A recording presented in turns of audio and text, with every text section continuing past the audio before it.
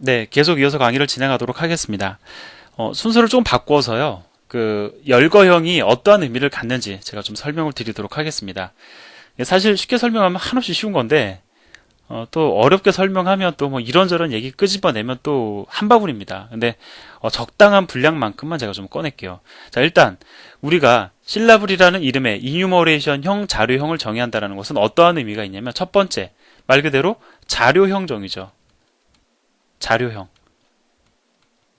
실라블이라는 이름의 자료형 정의. 이것이 의미를 갖습니다. 두 번째, 하나 더 있어요. 다수의 상수를 갖다가 정의한다라는 특성도 있습니다. 이 두 가지를 동반하게 됩니다. 이뉴머레이션형 자료형을 정의할 경우에. 자, 그럼 보통은요, 우리가 자료형을 정의한다. 그러면 어디에 더 초점을 맞추냐면요, 자료형을 정의를 해서 자료형이 정의가 되었다는 것은 이걸 기반으로 해서 내가 변수를 선언하겠다라는 의미를 갖다가 우리가 여기에 더 의미를 이제 많이 부여를 하죠. 그래서 제가 일부러 강조는 안 했지만 여러분들 이 예제 보셨을 때 제일 먼저 눈이 갔던 건 사실 이거였을 겁니다. 실라블형 변수를 선언을 한다. 자, 실라블형 매개 변수를 선언을 한다. 여기에 훨씬 더 눈이 많이 갔을 겁니다. 그런데요, 솔직히 말씀을 드리면, 자, 이 톤이라는 변수, 실라블형 변수로 선언하지 않고요, 인트형으로 선언해도 문제 없습니다. 그렇겠죠. 왜? 톤에 저장되는 값들이 뭡니까? 정수잖아요. 그럼 인트형 변수에 저장 가능합니까? 불가능합니까? 가능합니다. 그래서 실제로 프로그래머들, 이러한 경우에 그냥 인트형 변수 선언하지 실라블형 변수 선언 잘 안 합니다. 그러니까 잘 안 한다라고 해서 그게 나쁘다라는 것이 아니고요. 습관적으로 인트형 변수를 더 많이 선언을 합니다. 이것도 그냥 인트형 변수로 선언을 많이 해요. 그러니까 자료형을 갖다가 정의를 했음에도 불구하고 인트형 변수를 선언했다. 우리가 그거 뭐라고 하지 말자고요. 그것이 일반적으로 많이 사용되는 방법이니까. 물론 실라블형 변수를 선언한다고 해서 뭐라고 할 수 있는 건 아닙니다. 근데 인트형 변수를 선언했다라고 해서 또 우리가 뭐라고 할 건 아니다라는 겁니다. 그럼 여러분들 그런 생각을 하실 수 있어요. 아, 그러면 의미가 반감되지 않냐? 실라블이라는 이름, 그러니까 음계와 관련이 있다라는 그러한 이름을 부여를 한 거잖아요. 따라서 실라블 톤 이렇게 해가지고 이제 실라블이라는, 그러니까 톤이라는 변수에 어떠한 값을 저장을 하겠다라는 의미를 갖다가 이 실라블이라는 이름을 통해 가지고 강하게 어필하는 것 같은데 그런 의미가 반감되지 않느냐라고 말씀하실 수 있는데, 그렇다면 그건 정확한 지적입니다. 근데요, 조금 정확한 지적이긴 한데 약한 이유가 뭔지 아세요? 그건 뭐냐면, 여기에 어떠한 값이 저장된다라는 것은 사실 변수의 이름에다가만으로도 충분히 그것을 표현할 수가 있어요. 굳이 자료형의 이름까지 우리가 동반할 필요가 없다라는 것이 일반적인 프로그래머들의 생각이다라는 거죠.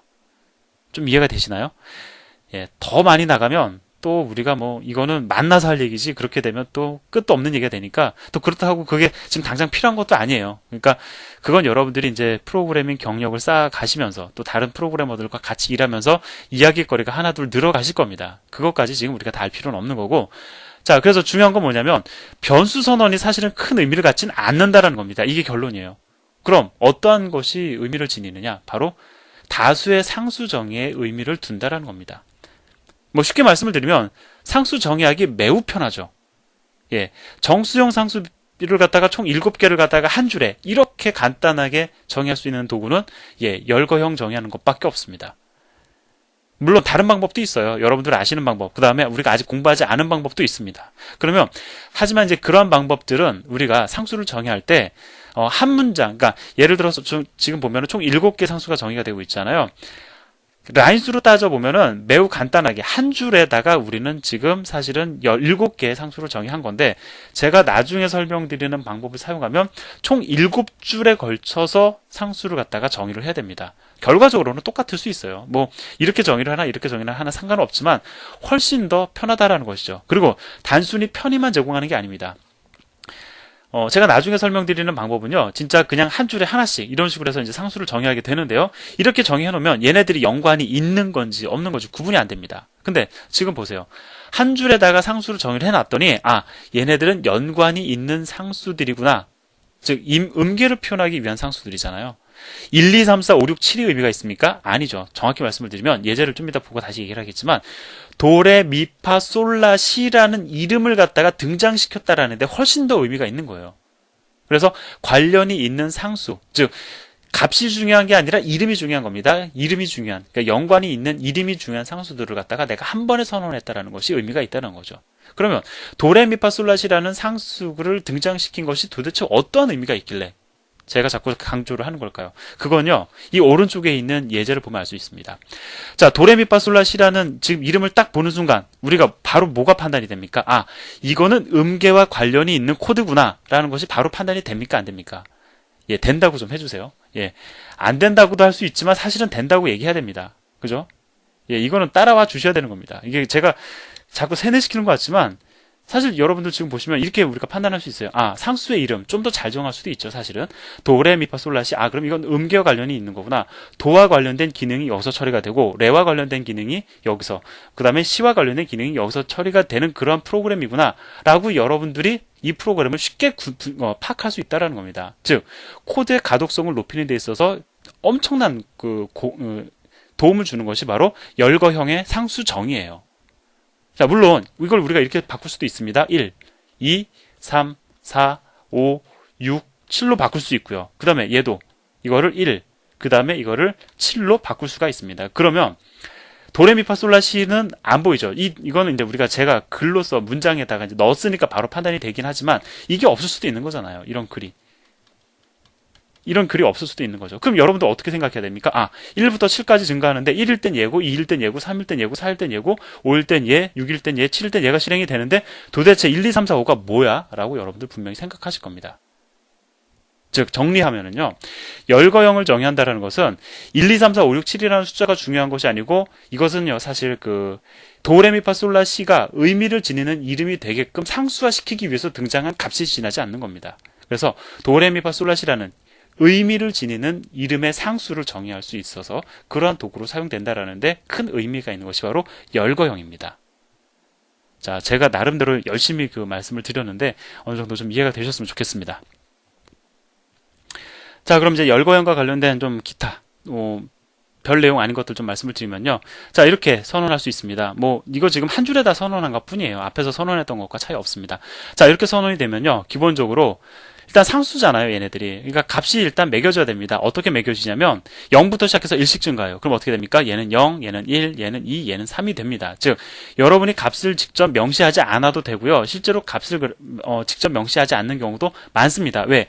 값이 얼마냐가 중요한 건 아니죠. 레드, 블루, 화이트, 블랙이라는 이름이 상수로서 의미를 지닌다라는 것이 훨씬 더 의미가 있는 거고, 또 얘네들이 각각이 상수로서 인정을 받으려면 값이 달라야 되잖아요. 그렇기 때문에 자동적으로 또 다른 값이 매겨지기 때문에 이렇게 그냥 레드, 블루, 화이트, 블랙이라고 그냥 써놓기만 하는 경우도 있습니다. 앞에서 제가 보여드렸던 도레미파솔라시도 마찬가지예요. 그 경우도 사실은 우리가 값 지정해주지 않아도 프로그램 다 제대로 돌아갑니다. 그 다음에요. 그래서 결론적으로 이게 0, 1, 2, 3, 4, 0, 1, 2, 3을 써준 이거나 완전히 동일하다라는 거고요. 그 다음에 물론 이렇게 선언하는 경우는 없습니다. 써주려면 다 써주고 안 써주려면 안 써주지, 일부는 써주고 일부는 안 써주고 이런 경우는 없지만, 자, 이렇게 코드를 구성하는 것도 가능하다는 걸 일단 말씀을 드리는 겁니다. 그래서 3 써주잖아요. 안 써줬어요. 그럼 어떻게 되냐? 1이 증가가 됩니다. 플러스 1이 되어서 얘는 4가 됩니다. 그 다음에 얘는 6이죠?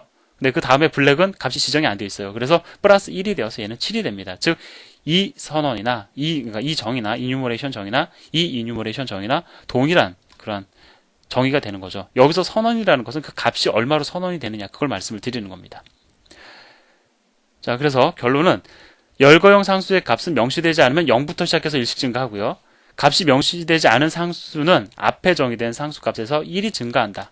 예, 그 두 가지만 말씀을 드리려고 합니다. 어려운 내용은 아니죠. 자, 그 다음에 열거형의 유용함. 제가 말씀을 드렸습니다. 한번 좀 읽어보면은요. 열거형의 유용함은 둘 이상의 연관이 있는 이름을 상수로 선언함으로써, 이게 핵심이에요. 이게 핵심입니다. 프로그램의 가독성을 높이는 데 있다. 이게 사실은 핵심입니다. 자, 따라서 여러분은 이뉴머레이션 선언이 등장했다라고 하면 연관이 있는 상수들을 정의할 필요가 있었구나라고 바로 판단이 되시면 최고가 되겠죠. 자, 따라서 제가 앞에서도 말씀을 드렸지만 열거형을 정의하는 가장 큰 이유는 상수의 정의에 있지 자료형의 이름을 대상으로 한 변수의 선언이 목적이 아니다라고 말씀을 드렸습니다. 그래서 사실 이렇게 이뉴머레이션 정의가 되잖아요. 이거 이름 필요 없어요. 예를 들어서 변수를 내가 선언하지 않겠다. 얘도 필요 없습니다. 타입데프 선언도 필요 없습니다. 그래서 뭐가 가능하느냐? 제가 지금 필요 없다고 지운 거 있죠. 지운 거 싹 빼고서는 이렇게 정의하는 것도 가능합니다. 그러면 이뉴머레이션 정의를 통해서 이거는 어떤 거냐면요. 두 가지 기능이 있었잖아요. 이뉴머레이션 정의. 첫 번째 자료형 정의, 두 번째 상수의 선언. 여기서 첫 번째를 갖다가 싹 빼버리고 두 번째 기능만을 활용한 선언이 되는 겁니다. 이해되시죠? 자, 그래서 이렇게 되면 자료형 정의는 없어요. 다만 이뉴머레이션을 근거로 해서 도레미파솔라시라는 이름의 상수가 정의가 될 뿐입니다. 그래서 솔직히 이러한 선언도 많이 사용이 되지만 이러한 선언 여러분들이 앞으로 흔히 보시게 될 겁니다. 실제로 실무 프로그램을 개발하시다 보면 이러한 형태의 이뉴머레이션 선언을 자주 보시게 될 거예요. 자, 이렇게 해서 23번째 챕터의 강의가 끝났습니다. 구조체도 여러분들 공부하셨고 공용체, 열거형도 공부를 하셨는데 한 가지 말씀을 드리고 싶은 것은 열거형의 어떤 활용도 아직은 여러분들이 낮을 수밖에 없어요. 근데 이제 공부를 하시다 보면 또 열거형이 제대로 사용된 다양한 예들, 그러니까 제가 말씀을 드리는 다양한 예는요, C&O 기본서에서 언급하는 예제 정도가 아니고요. 실제 실무 프로그램에서 접할 수 있는 정도의 수준을 말씀을 드리는 겁니다. 그런 것들을 보시면서 열거형의 어떤 그 유용한 활용도도 여러분들 스스로의 활용도도 많이 높아질 거라고 저는 기대를 합니다. 예, 이렇게 해서 23번째 챕터의 강의를 마치도록 하겠습니다. 감사합니다.